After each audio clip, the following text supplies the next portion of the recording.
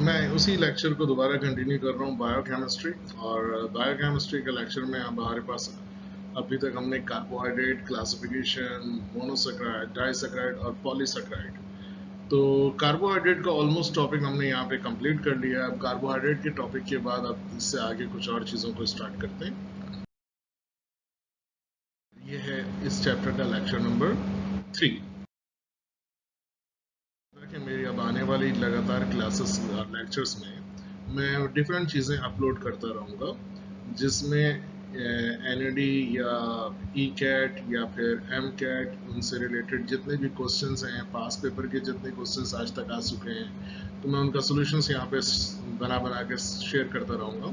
तो आप लोग अगर सब्सक्राइब में रहेंगे तो बार बार आप लोगों से कांटेक्ट करना थोड़ा आसान रहेगा, ताकि आप लोगों को मैं ईजिली जो वर्किंग मैंने अभी तक कर ली है या कर रहा हूँ मैं आपसे शेयर करता रहूँ। तो वो तमाम MCAT और ECAT के बच्चों के लिए या मेरे पास जो इंटरमीडिएट के बच्चे हैं उनके लिए ये हेल्पफुल रहेगा। तो बेटा कांटेक्ट के लिए एक चीज़ अगर यहाँ पे अवेलेबल है तो सब्सक्राइब में रहो, ताकि सबको ईजिली हम सारी चीज़ों का डाटा शेयर कर सकें। सो मूव करते हैं अब हम इंशाल्लाह बिस्मिल्लाह करते हैं नेक्स्ट। मैं यहाँ पे डिस्कस करना चाह रहा हूँ, ये थोड़ा सा आसान टॉपिक है, इसलिए मैं इस लेक्चर को जल्दी कवर करने की कोशिश करूंगा। नाम है इसका अमाइनो एसिड। अमाइनो एसिड के लिए एक वर्ड यूज हम कर रहे हैं, और वो वर्ड यूज कर रहे हैं बेसिकली इट इज बाईफंक्शनल। अब बाईफंक्शनल का मतलब ये है कि जिसमें दो फंक्शनल ग्रुप हमारे पास हो। अब उन दो फंक्शनल ग्रुप में एक है हमारे पास COOH, जिसे हम कहते हैं कार्बोक्सिल ग्रुप, और दूसरी तरफ है हमारे पास NH2, जिसे हम नाम देते हैं amine group. In other word अगर मैं देखूं तो मुझे बेसिकली ये पूरा क्या है, ये पूरा हमारे पास एक केमिकल कंपाउंड, ऑर्गेनिक कंपाउंड है। लेकिन इस ऑर्गेनिक कंपाउंड में हमारे पास दो किस्म के फंक्शनल्स नजर आ रहे हैं। एक वो फंक्शनल है जिसे हम नाम दे रहे हैं कार्बोक्सिल का, और कार्बोक्सिल ग्रुप के साथ साथ एक और कौन सा फंक्शनल अगर हम नाम दें तो हम दूसरी तरफ नाम दे रहे हैं अमाइन का। जिस ऑर्गेनिक कंपाउंड्स के अंदर अमाइन और कार्बोक्सिल ग्रुप एक साथ प्रेजेंट हो, अमाइन और कार्बोक्सिल ग्रुप को एक साथ प्रेजेंट करने के वाले उस कंपाउंड को बेसिकली हम अमाइनो एसिड का नाम देते हैं। तो अमाइनो एसिड आप किसे कहेंगे? अमाइनो एसिड्स आप उन कंपाउंड्स को कहेंगे जिन कंपाउंड्स में अमाइन ग्रुप और कार्बोक्सिल ग्रुप दोनों एक साथ प्रेजेंट हो। तो amine and carboxyl group present करने वाले उन कंपाउंड को हम नाम पढ़ते हैं अमाइनो एसिड्स। अमाइनो एसिड्स की कुछ आगे डिटेल्स अगर हम चलें, हमारे पास इनके स्ट्रक्चर्स हैं। अब इनके स्ट्रक्चर्स को भी दो पैटर्न में डिवाइड किया गया है। एक स्ट्रक्चर है जिसको हम नाम दे देते हैं with respect to their positions, और एक स्ट्रक्चर है वो है नाम with respect to their nature. अब यहाँ पे स्ट्रक्चर में एक नाम दिया जा रहा है आपके सामने, अगर गौर करें कि एक है alpha amino acid, alpha amino acid के साथ बीटा अमाइनो एसिड, और बीटा अमाइनो एसिड के साथ तीसरा नाम है gamma amino acid. Alpha, beta, gamma amino acid, तीन अमाइनो एसिड के टाइप्स हैं। Alpha, beta, gamma amino acid हम अगर आपके पास किसी स्ट्रक्चर में COOH जिस कार्बन के पास होता है, उस कार्बन को हम नाम दे देते हैं फर्स्ट कार्बन। इस कार्बन को हम नाम दे देते हैं फर्स्ट कार्बन। इस कार्बन को हम नाम दे देते हैं फर्स्ट कार्बन। जिस कार्बन के पास COOH है, उससे आगे अगला कार्बन कौन सा हो गया? वो हो गया सेकंड कार्बन, या सेकंड कार्बन वाले को हम दूसरा नाम पढ़ते हैं अल्फा कार्बन। सही है सर? और जो अल्फा कार्बन से जो कार्बन ज्वाइंट होगा, उस कार्बन को हम पढ़ देंगे बीटा कार्बन, और जो बीटा से ज्वाइंट होगा वो कार्बन हो जाएगा गैमा कार्बन। तो बेसिकली तीन तरह के कार्बन हो गए, अल्फा, बीटा और गैमा। अब सिंपल, अल्फा अमाइनो एसिड का मतलब, अगर अल्फा कार्बन के पास अमाइन ग्रुप आ जाए तो अल्फा के पास अमाइन ग्रुप आने वाले को पढ़ेंगे अल्फा अमाइनो एसिड। अगर बीटा के पास अमाइन ग्रुप आ जाए तो वो हो जाएगा बीटा अमाइनो एसिड, और अगर गैमा के पास अमाइन ग्रुप आ जाए तो वो हो जाएगा गैमा अमाइनो एसिड। तो तीन तरह के अमाइनो एसिड के स्ट्रक्चर्स को देख तो नाम दे देते हैं हम classification on the basis of nature. अब अल्फा बीटा गामा के बाद यहाँ आ जाओ तो नाम है neutral, basic and acidic amino acid. अब एक कंपाउंड को हम न्यूट्रल अमाइनो एसिड कब कहते हैं? भाई न्यूट्रल अमाइनो एसिड हम उस वक्त कहेंगे जब किसी अमाइनो एसिड के अंदर कार्बोक्साइल अगर एक है तो अमाइन भी एक है। अगर अमाइन और कार्बोक्साइल की क्वांटिटी आपस में बराबर है तो वो अमाइनो एसिड बेसिकली कौन हो गया? Neutral amino acid. लेकिन बेसिक अमाइनो एसिड में अमाइन ग्रुप की क्वांटिटी कार्बोक्साइल ग्रुप की क्वांटिटी से ज्यादा है। अगर अमाइन ग्रुप की क्वांटिटी कार्बोक्साइल ग्रुप से ज्यादा आ गई तो वो हो गया बेसिक अमाइनो एसिड, और अगर कार्बोक्साइल ग्रुप की क्वांटिटी अमाइन ग्रुप की क्वांटिटी से ज्यादा आ जाए तो वो हो जाएगा एसिडिक अमाइनो एसिड। तो बड़ा सिंपल सा हमारे पास तीन तरह की क्लासिफिकेशन है, बेसिक, न्यूट्रल जहां पे कार्बोक्साइल जिसे हम COOH ग्रुप का नाम देते हैं और NH2 अमाइन ग्रुप का नाम देते हैं। जब COOH और NH2 ग्रुप की क्वांटिटी आपस में बराबर है तो वो न्यूट्रल अमाइनो एसिड है। बेसिक अमाइनो एसिड के अंदर NH2 की क्वांटिटी ज्यादा होगी और एसिडिक अमाइनो एसिड के अंदर COOH कार्बोक्साइल ग्रुप की क्वांटिटी ज्यादा होगी। अब आप इस तमाम स्ट्रक्चर्स जो आपके सामने बना हुआ है इसमें कुछ नाम कॉमन लिखे हुए हैं। जैसे किसी जगह नाम लिखा हुआ नजर आ रहा होगा आपको एलेनिन। एलेनिन नाम इसका कॉमन है, विलाइन नाम इसका कॉमन है, लाइसिन नाम इसका कॉमन है, एस्पार्टिक एसिड नाम इसका कॉमन है। अब ये जितने भी नाम है ये इसके कॉमन नाम्स हैं इन स्ट्रक्चर्स के। आप चाहे तो इनका आयोपेक नाम भी दे सकते हैं। जैसे कि मैं यहाँ पे देखूं तो कितने कार्बन की चेन है, मैं यहाँ देखूंगा तो मैं कहूंगा यहाँ पे हमारे पास 3 कार्बन की चेन है, यहाँ हमारे पास 4 कार्बन की चेन है। अब 4 कार्बन की चेन में नंबरिंग कहाँ से करेंगे? ये फर्स्ट कार्बन होगा, ये सेकंड कार्बन होगा, ये थर्ड कार्बन होगा और ये फोर्थ कार्बन होगा, ऐसे ही कहेंगे ना। इसी तरीके से अगर मैं यहाँ चला जाऊं तो ये फर्स्ट कार्बन होगा और ये हमारे पास थर्ड कार्बन होगा। अब मैं बोलूंगा तो अमाइन किस पे है? अमाइन आप बोलेंगे सेकंड पे है। और मिथाइल किस पे? मिथाइल हमारे पास थर्ड पे है। अमाइन और मिथाइल के एम में अल्फाबेट से पहले कौन आएगा? अमाइन। तो नाम इसका हम किस तरीके से लिखेंगे? नाम हम इसका लिखेंगे 2 अमाइनो, और 2 अमाइनो के बाद, सॉरी मुझे थोड़ा सा माउस से लिखने में तो यहाँ पे टाइम ज्यादा लगता है।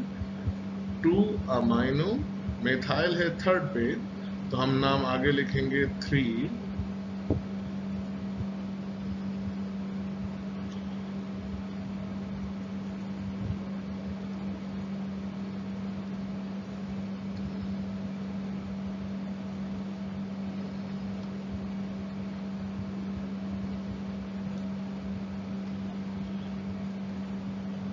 2 अमाइनो 3 मिथाइल और टोटल 4 कार्बन है। 4 कार्बन के लिए हम लफ्ज लिखते हैं ब्यूटेनोइक एसिड। ठीक है बेटा?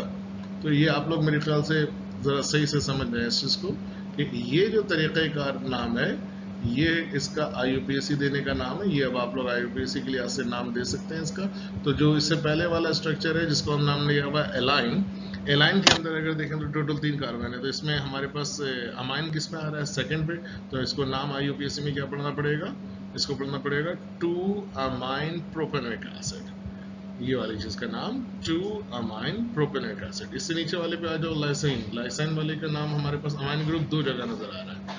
तो अमाइन ग्रुप 2 जगह नजर आ रहा है तो इस कार्बन की चेन को ओपन कर दें। कार्बन की चेन को ओपन करेंगे तो कार्बन की क्वांटिटी हमारे पास हो जाएगी 1 2 3 4 5। अब अमाइन कहाँ नजर आ रहा है आपको? सेकंड एंड 5 पे। तो 2 5 डाई अमाइन पेंटोनोइक एसिड। और इसी तरह यहाँ पे हमारे पास डाइओइक एसिड के लिए हम इसको एस्पार्टिक एसिड जो नाम दे रहे हैं इसे पढ़ेंगे 2 अमाइन ब्यूटेन डाइओइक एसिड। ठीक है सर? तो ये हमारे अब ये कुछ कॉमन नेम और उसके ऊपर मैंने अपने समझने के लिए इस तरह की चीज बनाई है। ये मुझे थोड़ा आसान लगता है याद करने में, तो मैं ये चीज आप लोगों से शेयर करना चाहूँगा कि आप लोग भी अगर इसे इस तरह याद कर लें तो शायद आपको आसान हो जाए। या अगर आपका रट्टा बहुत अच्छा है तो आप चाहें तो रट लें इसे, इसमें कोई पाबंदी नहीं है। जैसे मैंने कुछ हिंट्स बनाया हुआ है कि hints for amino acid structures, उनमें मैंने ग्लाइसिन के लिए नाम लिखा है H, एलानाइन के लिए नाम लिखा है मिथाइल, विलाइन के लिए नाम दिया आइसोप्रोपाइल, ल्यूसाइन, फिनाइल, सिनाइन, एस्पार्टिक, इन सब चीजों का नाम दिया। इस अगली स्लाइड तमाम लेफ्ट हैंड पे लिखा हुआ नजर आ रहा है मुझे, लेफ्ट हैंड पे लिखे हुए कुछ स्ट्रक्चर्स। अब लेफ्ट हैंड पे जितने भी स्ट्रक्चर्स मुझे लिखे हुए नजर आ रहे हैं, एक चीज याद रखिएगा, अमाइनो एसिड जो अमाइनो एसिड की फैमिली से ताल्लुक रखेगा, उस अमाइनो एसिड की फैमिली के ताल्लुक रखने के लिए यहां से यहां तक का स्ट्रक्चर होना लाजमी है। ये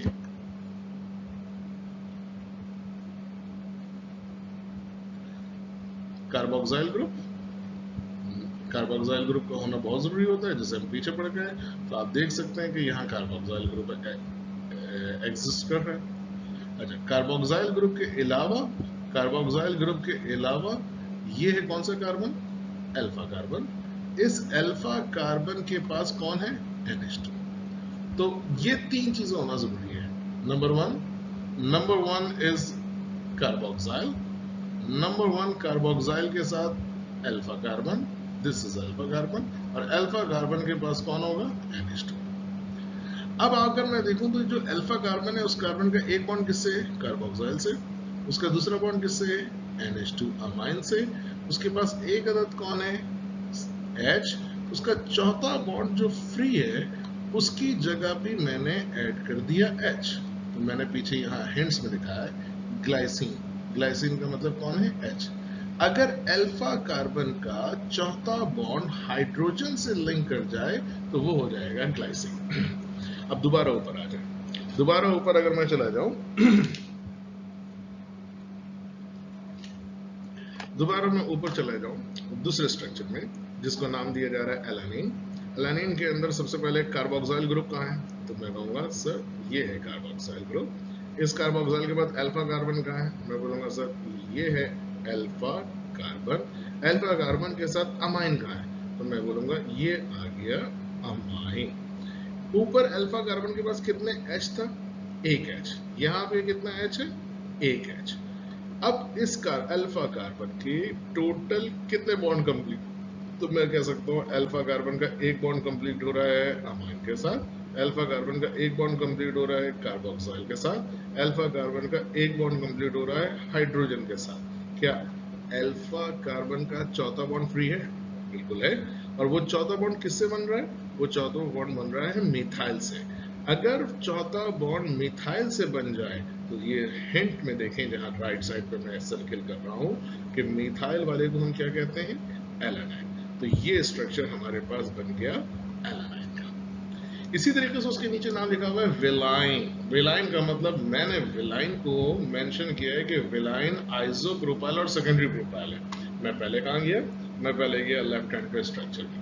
मैंने देखा कार्बोक्सिल ग्रुप, मिल गया। मैंने देखा अल्फा कार्बन, मिल गया। अल्फा कार्बन के पास अमाइन एग्जैक्टली है, अमाइन के साथ उसके पास एक H है। तो टोटल कितने बॉन्ड हो गए अल्फा कार्बन के? 3। किस किस से? अमाइन से, कार्बोक्सिल से और हाइड्रोजन से। अब इसका चौथा बॉन्ड किससे बना? तो इसका चौथा बॉन्ड बनाना है मुझे आइसोप्रोपाइल से। अब अगर गौर करें कि ये जो 3 कार्बन का पैटर्न लगा हुआ है, इसमें 3 कार्बन है, 1, 2 और ये है तीसरा कार्बन। इन 3 कार्बन में से किस कार्बन ने अल्फा कार्बन से बॉन्ड बनाया? इस टर्मिनल वाले कार्बन ने, या इस टर्मिनल वाले कार्बन ने, या सेंट्रल कार्बन ने? तो आपकी चॉइस ये होगी कि सर सेंट्रल कार्बन बॉन्ड बना रहा है। अगर सेंट्रल कार्बन बॉन्ड बना रहा है तो सेंट्रल कार्बन बॉन्ड बना रहा है, तो क्या ये 3 कार्बन के इस स्ट्रक्चर को हम आइसोप्रोपाइल का नाम दे सकते हैं या सेकेंडरी प्रोपाइल पढ़ सकते हैं? तो अगर आप देखें तो रेड वाला CH3 CH CH3, ये जो पूरा हमारे पास ग्रुप नजर आ रहा है, ये आइसोप्रोपाइल है। तो विलाइन नाम देने के लिए अल्फा कार्बन को किसके साथ ज्वाइन करना है? आइसोप्रोपाइल से। एलानिन नाम देने के लिए अल्फा कार्बन को किससे ज्वाइन करना है? मिथाइल से। ग्लाइसिन नाम देने के लिए अल्फा कार्बन को किससे ज्वाइन करना है? हाइड्रोजन से। और इसी तरीके से नाम लिखा हुआ है aspartic acid. Excuse me. Aspartic acid को अगर मैं यहां देखूं तो एस्पार्टिक एसिड के लिए मैंने वर्ड लिखा हुआ है इथेनोइक एसिड। इथेनोइक एसिड का फॉर्मूला होता है CH3COOH, एसिडिक एसिड जिसे हम कहते हैं। सबसे पहले जो अमाइनो एसिड की बेसिक शर्त है अल्फा कार्बन, कार्बोक्सिल और हाइड्रोजन, उसको हम देख लेते हैं। तो यहाँ पे मैंने सबसे पहले अल्फा कार्बन को देखा। अल्फा कार्बन यहाँ पे जनाब का है, तो मैं कह सकता हूँ ये है अल्फा कार्बन। इस अल्फा कार्बन के पास एक तरफ कौन है, कार्बोक्सिल, और एक तरफ कौन है, अमाइन, और एक तरफ कौन है, उसका हाइड्रोजन। तो इस अल्फा कार्बन के टोटल कितने बॉन्ड हो गए? इस अल्फा कार्बन के, ये जो अल्फा कार्बन है, इसके 3 बॉन्ड हो गए। एक बॉन्ड हाइड्रोजन से, एक बॉन्ड कार्बोक्सिल से, एक बॉन्ड अमाइन से। अब इसका जो चौथा बॉन्ड है वो किससे मिल रहा है? तो वैसे जो नजर आ रहा है CH2COOH, लेकिन क्या ये CH2COOH का मतलब इसमें एक H अगर और रख दें तो ये एसिटिक एसिड ही हो जाएगा? तो मैंने अपनी याद दहानी में रखा हुआ है कि अल्फा कार्बन को एसिटिक एसिड से ज्वाइन करना है, लेकिन एसिटिक एसिड से ज्वाइन करेंगे तो CH3 नहीं, CH2COOH हो जाएगा ये। तो जब हम अल्फा कार्बन को इथेनोइक एसिड या एसिटिक एसिड से ज्वाइन कर देंगे तो ये स्ट्रक्चर हो जाता है एस्पार्टिक। तो एस्पार्टिक के साथ इथेनोइक, ग्लाइसिन के साथ H, एलानाइन के साथ मिथाइल, वेलाइन के साथ आइसो या सेकेंडरी प्रोपाइल, एस्पार्टिक एसिड के साथ इथेनोइक एसिड। इसी तरीके से एक नाम लिखा हुआ है ल्यूसाइन। ल्यूसाइन के साथ मैंने लफ्ज लिखा हुआ है आइसोब्यूटाइल। अब अगर आपको थ्योरी याद हो तो मैंने कई दफा क्लासेस में isobutyl, isobutyl, isopropyl, tertiary butyl, इन सब स्ट्रक्चर्स के ऊपर बहुत ज्यादा उन लोगों को फोकस कराई थी, इसीलिए करवाई थी कि ये चीजें याद रखना आसान हो। नाउ अगेन ल्यूसाइन का जो स्ट्रक्चर नजर आ रहा है, सबसे पहले बेसिक अमीनो एसिड की कंडीशन पूरी हो रही है। Okay, now check, where is alpha carbon? Yes sir, there is alpha carbon. Alpha carbon with H, yes. Alpha carbon with carboxyl, वो भी है। अल्फा कार्बन के साथ अमाइन भी है। अब अल्फा कार्बन के कितने बॉन्ड कंप्लीट हुए? 3। अब जो चौथा बॉन्ड है, अकॉर्डिंग टू नाम किसका पढ़ते हैं? ल्यूसाइन। ल्यूसाइन कहता है हम किसे? आइसोब्यूटाइल के लिए। अब सवाल ये, आइसोब्यूटाइल का स्ट्रक्चर याद है? ओके, मुझे याद है क्या? आइसोब्यूटाइल में 4 कार्बन होते हैं, एक कार्बन ऊपर, एक कार्बन राइट और एक कार्बन लेफ्ट। और इन 4 कार्बन में विच कार्बन कंटेन डब्बा या जिस जो बॉन्ड बनाने की एबिलिटी रखता है, तो वी कैन से कि ये है टर्मिनल कार्बन, ये है टर्मिनल कार्बन, ये है टर्मिनल कार्बन। इन तीनों टर्मिनल में से कोई भी कार्बन अगर बॉन्ड बना ले तो ऐसे कार्बन को हम आइसोब्यूटाइल का नाम दे देते हैं। अब इस स्ट्रक्चर में जरा देखें कि क्या ये आइसोब्यूटाइल के स्ट्रक्चर को फॉलो कर रहा है? 100% कर रहा है। तो ल्यूसाइन के अंदर आइसोब्यूटाइल को हम ऐड करें। कुछ नाम दिया हुआ है लाइसिन, आगे नाम दिया हुआ है आइसोल्यूसाइन, आगे नाम दिया हुआ है एर्जिनिन, उसके बाद नाम दिया हुआ है ग्लूटामिक एसिड। तो जरा इनमें भी अगर आप और देख लें तो लाइसाइन, लाइसाइन के अंदर मैंने नाम लिखा हुआ है कि lysine is what? Lysine is trimethylene. तो लाइसाइन ट्राइमिथाइलिन में जरा लाइसाइन के स्ट्रक्चर पे आ जाओ। ये है वो अल्फा कार्बन जिसके पास H है, जिसके पास NH2 है और जिसके पास COOH है, और ये सारी चीजों के साथ methylene, methylene try methylene, methylene कहते हैं CH2 को। तो देखिए भाई CH2 यहाँ कितने हैं? 3 है, तो मैंने नाम लिख दिया ट्राई मिथाइलिन अमाइन। तो ट्राई मिथाइलिन अमाइन, ये पूरी चीज जो है इसको आप नाम दे दें कि ये है हमारे पास ट्राई मिथाइलिन अमाइन। अच्छा, इसी तरह आइसोल्यूसाइन, आइसोल्यूसाइन के लिए आपको कुछ और नहीं, इसको याद कर लो। ये इस आइसोल्यूसाइन का हमारे पास स्ट्रक्चर है।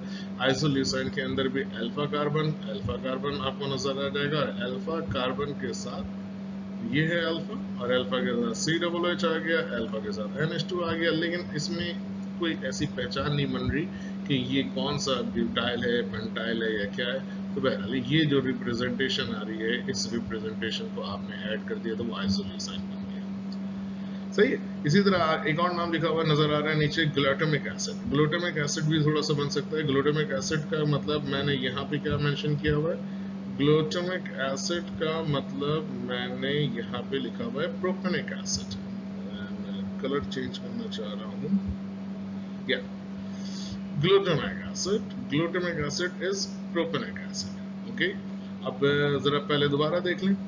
Where is alpha carbon? There is alpha carbon. Alpha carbon with H, alpha carbon with amine, alpha carbon with COOH.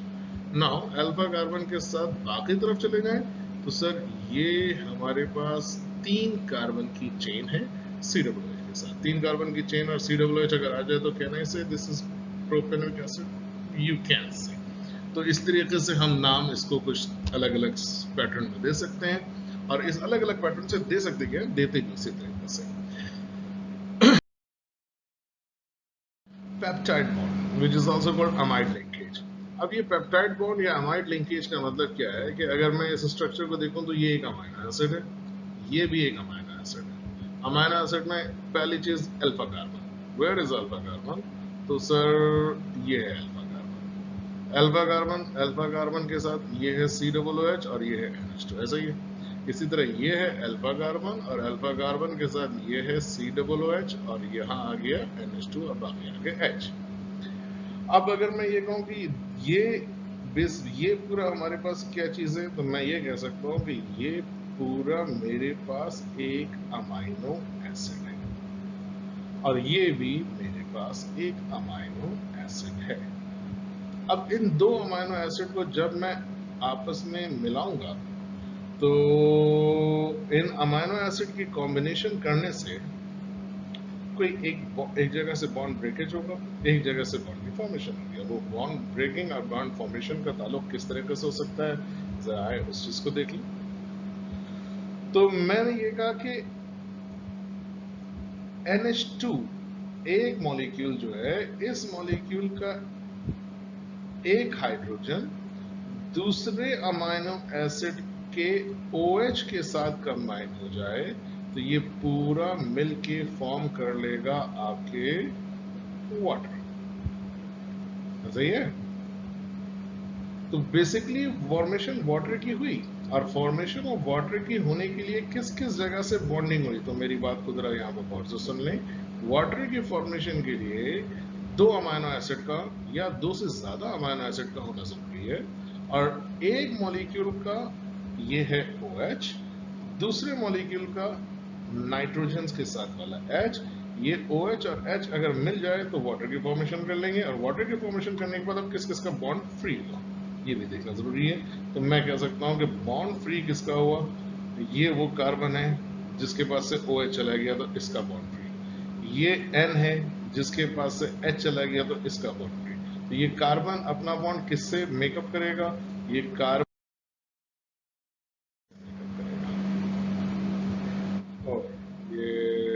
Sorry ये स्लाइड चेंज हो गई थोड़ी, अमाइनो एसिड से आ गई। अब बाकी रोल ऑफ अमाइनो एसिड है कि अमाइनो एसिड बेसिकली क्या कर सकते हैं, तो अमाइनो एसिड ऑक्सीडेशन करते हैं, अमाइनो एसिड प्रोटीन में कन्वर्ट हो जाते हैं, बॉडी में एनर्जी प्रोवाइड करते हैं। अगर लो कार्बोहाइड्रेट इंसान ले तो बॉडी के अंदर जो प्रोटीन्स होती हैं वो अमाइनो एसिड में कन्वर्ट हो जाती हैं, बॉडी के अंदर एनर्जी आती है। इनको थोड़ा सा देख लिए। ज़्विटराइन का मतलब हम क्या लेते हैं कि अगेन ज़्विटराइन के लिए अमाइनो एसिड का होना जरूरी है, अल्फा कार्बन के साथ एक तरफ आ गया कार्बोक्सिल और दाखिल में आता है। इसको थोड़ा सा समझ लें अगर समझ सकते हैं तो। ये जो कार्बोक्सिल का H है, इस H पे चार्ज है पॉजिटिव। इस पॉजिटिव चार्ज का मतलब ये हुआ कि इसके के शेल के अंदर कितने इलेक्ट्रॉन होंगे, तो के शेल के अंदर इलेक्ट्रॉन की क्वांटिटी होगी 0, क्योंकि एक इलेक्ट्रॉन होता है हाइड्रोजन के पास, और वो इलेक्ट्रॉन अगर ऑक्सीजन ले तो ऑक्सीजन इलेक्ट्रॉन लेने के बाद ऑक्सीजन पार्शियली नेगेटिव हो जाएगा। जब ऑक्सीजन पार्शियली नेगेटिव हुआ तो हाइड्रोजन ने अपना इलेक्ट्रॉन ऑक्सीजन को दे दिया, और हाइड्रोजन ने अपना इलेक्ट्रॉन ऑक्सीजन को दे दिया तो हाइड्रोजन के पास electron 0, there is no electron.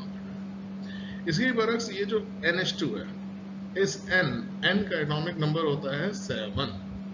N का एटॉमिक नंबर 7 होने का मतलब ये हुआ कि N के फर्स्ट शेल में होंगे 2 इलेक्ट्रॉन, N के सेकंड शेल में होंगे 5 इलेक्ट्रॉन। तो नाइट्रोजन के आखिरी शेल में 5 इलेक्ट्रॉन है।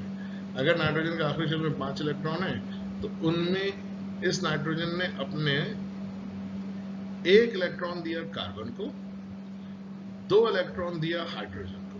तो 5 में से 1 इलेक्ट्रॉन कार्बन के साथ शेयर है, 2 इलेक्ट्रॉन हाइड्रोजन के साथ शेयर है, 3 इलेक्ट्रॉन शेयर्ड है, और 2 इलेक्ट्रॉन यहाँ पे अनशेयर्ड है, 2 इलेक्ट्रॉन अनशेयर्ड है या 1 पेयर ऑफ इलेक्ट्रॉन अनशेयर्ड है, दोनों बात देखिए। तो मैं ये कह सकता हूं कि नाइट्रोजन के पास 1 इलेक्ट्रॉन पेयर अनशेयर्ड है, जिसे अनशेयर्ड को हम लोन पेयर भी कहते हैं। तो ये वाले इलेक्ट्रॉन नाइट्रोजन के जो नजर आ रहे हैं बेटा हम लोगों को, हम इसे कह सकते हैं कि ये अनशेयर्ड या लोन पेयर ऑफ इलेक्ट्रॉन है।